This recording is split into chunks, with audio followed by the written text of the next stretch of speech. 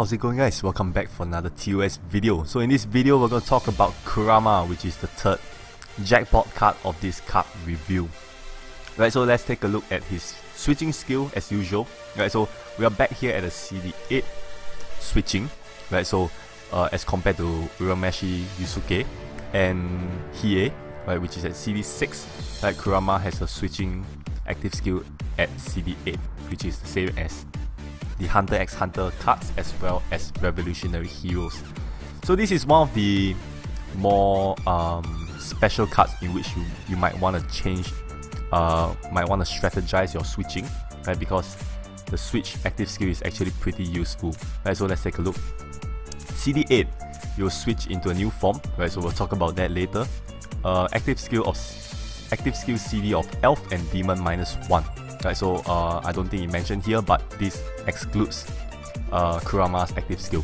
Right, so all the other Elf and Demon in the team is gonna get its CD -1. So it's gonna be a fast charge there, and on top of that you get unlimited runestone movement for 1 round.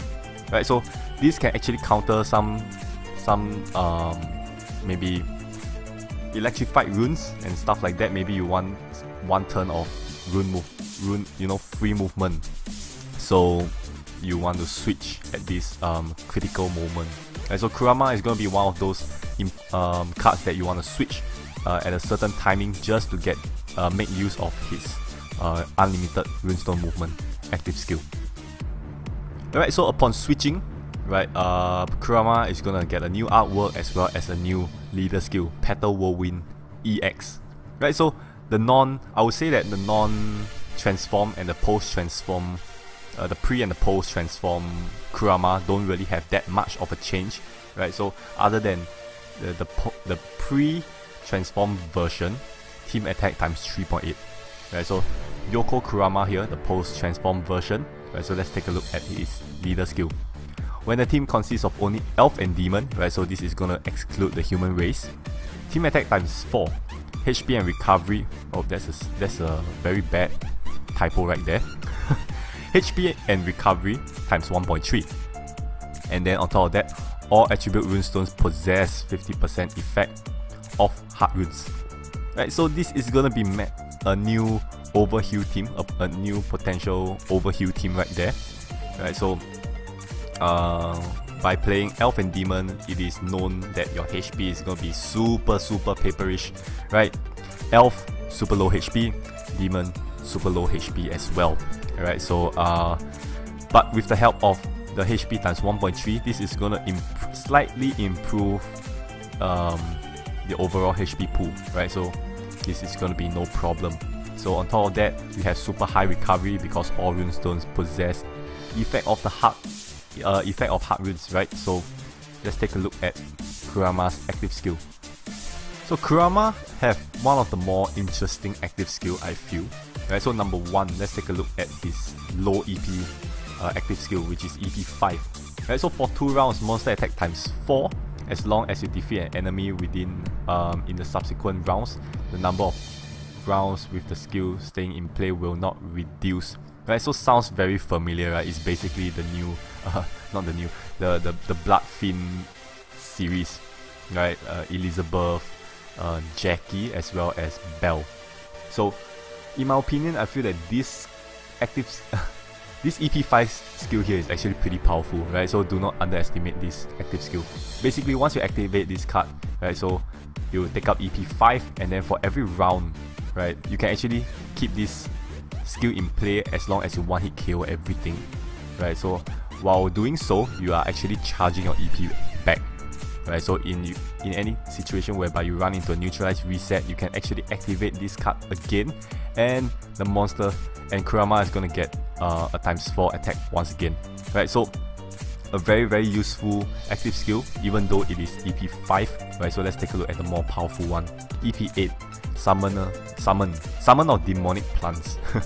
Right, so explode the columns of runestones on the far left and far right will basically lead an ally into enchanted elf runes, right? So this is going to be an offensive convert or convert, right? So basically clearing the board as well, right? So this is actually pretty useful, right? So one example is those weathered rune mob that upon attacking you is going to weather the leader and ally column, right? So this active skill here can actually clear off the leader ally weathered runes, right, by exploding.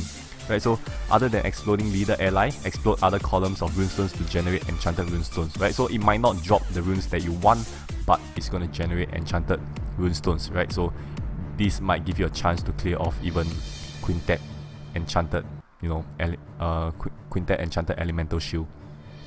So on top of that, for one round, earth attack and elf attack times 2.5, right? So this is going to be a super burst kind of active skill, right, by exploding, giving you attacking runestones and then 2.5 times buff as well, right? So overall I feel that Kurama here is well built, right, very balanced, right? It's not super powerful and such, but it gets the job done, right? Like super high recovery, super high attack once you activate the active skill. So kudos to you, Kurama. You're gonna be well used up in the next few metas, right? So one of the few cards that you can actually slot in is actually Shy Plant or maybe Papaver from the perennial ultimate stage. All this is going to be super good cards to slot in because of, you know, the Enchantress effect and the continuous effect of Shy Plant, right? Very good booster for Kurama.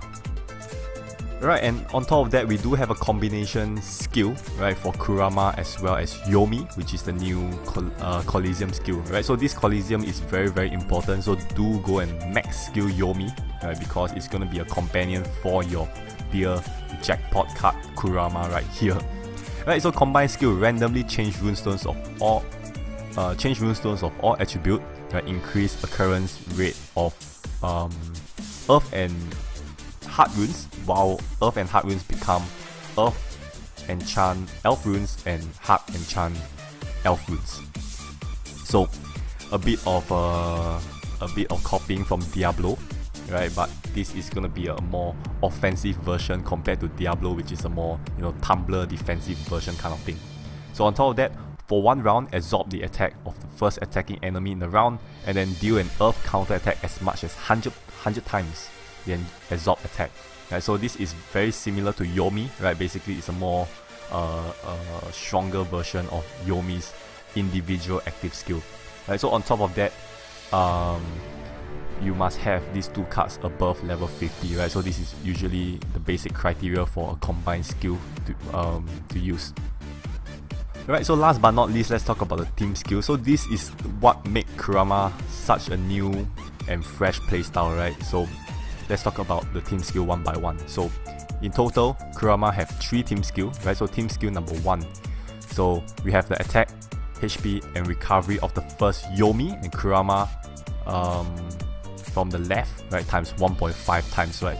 This is always welcome, right? Especially for an elf and demon team which lacks the HP, right? So HP is usually the main concern for this team, right? So by having a 1.5 time boost, definitely welcome, right? So do put in Yomi, right, just to have some sort of stats buff for this entire team. So team skill number 2, upon receiving damage from the enemy's attack, the team starts to absorb the enemy's HP every round in an amount equal to 10 times the leader's recovery, regardless of defense, right? So key word here is regardless of defense, and attribute until defeated. So basically we do have a mini, like a Verdandi kind of active skill going on here. So in case where there is those low HP, high defense mob, so Kurama will get the job done, right, by just sapping the enemy's HP, and then that's gonna be GG for the entire stage, right? So team skill, which means that it's gonna be activated passively, right? So just bring in Kurama team, and then you have that effect, right? So this is gonna be very useful in certain kind of stages in the future, right? So team skill number 3, this is the game changing one. All attribute runestones possess effect of other attribute runestones.